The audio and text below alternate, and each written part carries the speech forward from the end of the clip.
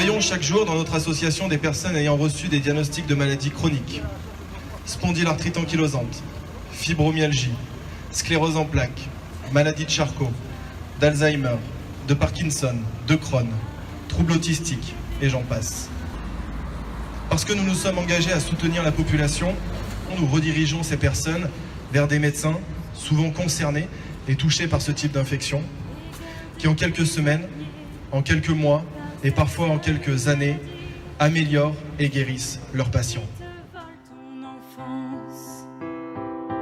En enfermant ma vie dans cette cage de souffrance. Bougez-vous, réveillez-vous, faites quelque chose de bon et souvenez-vous de la raison qui vous a poussé à devenir médecin. Prenez conscience de vos erreurs. Plus vite de cette maladie-là, je ne sais pas ma puce si un autre ange que toi trouvera le remède pour arrêter tout ça.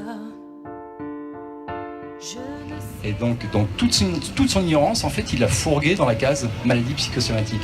Et pour se justifier, il a prétendu que tous les gens qui rentraient dans cette case avaient fait l'objet d'un entretien psychique pour en venir à la conclusion qu'ils avaient une dépression masquée, ça vraiment c'est le truc complètement indémontrable, qu'ils avaient des problèmes au travail, qu'ils avaient usure de la vie.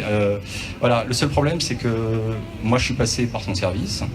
On m'a déclaré que j'avais pas la maladie de Lyme, donc a priori je rentre dans cette case de son étude. Et cet entretien psychique, il a jamais eu lieu, quoi. C'est de la pure escroquerie. Toi, mon hymne à l'amour, tu combats Lyme chaque jour. Toi, ma force, mon courage, tu apaises ma rage.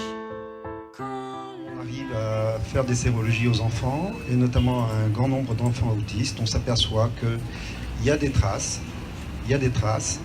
et que l'implication dans les formes de l'autisme sont importantes.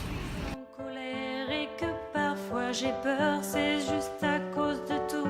Ces amputés du cœur qui gouvernent seulement avec leur porte-monnaie en oubliant mes larmes. Donc on m'a envoyé au service du professeur Eric Combe en infectiologie, où je suis restée hospitalisée pendant 3 jours sans aucun soin.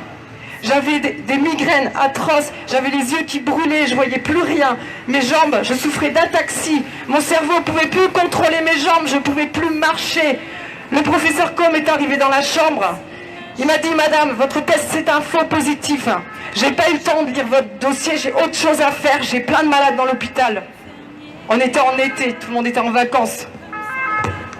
Maman, toi ma bouée de secours, l'ange aux armes de velours, toi mon hymne à l'amour, tu combats Lyme chaque jour, toi ma force, mon courage. Je suis interpellé par des concitoyens. L'un est éleveur, l'autre est joueur de rugby, le troisième travaille et rencontre des difficultés, touché par une maladie, avec des souffrances, une maladie on le sait, qui s'attaque au système nerveux, qui pose des problèmes articulaires, qui devient handicapante. Et à cette souffrance du quotidien se rajoutent tout souvent des problèmes aussi d'ordre, je dirais psychologique, parce qu'on est malheureusement dans une maladie qui n'est pas connue, pas reconnue par les pouvoirs publics.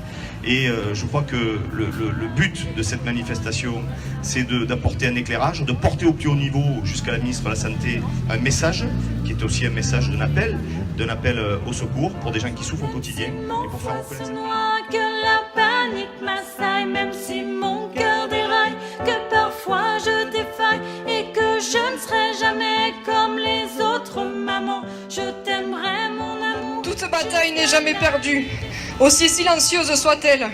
Au cœur de ma passion, Borrelia, tu m'as eu, mais je saurais te rendre l'appareil. Parce qu'il ne faut jamais s'avouer vaincu, pour que demain puisse se faire sans ou malgré elle. La vague, elle, nous a entendus, Madame Buzyn. Ouais.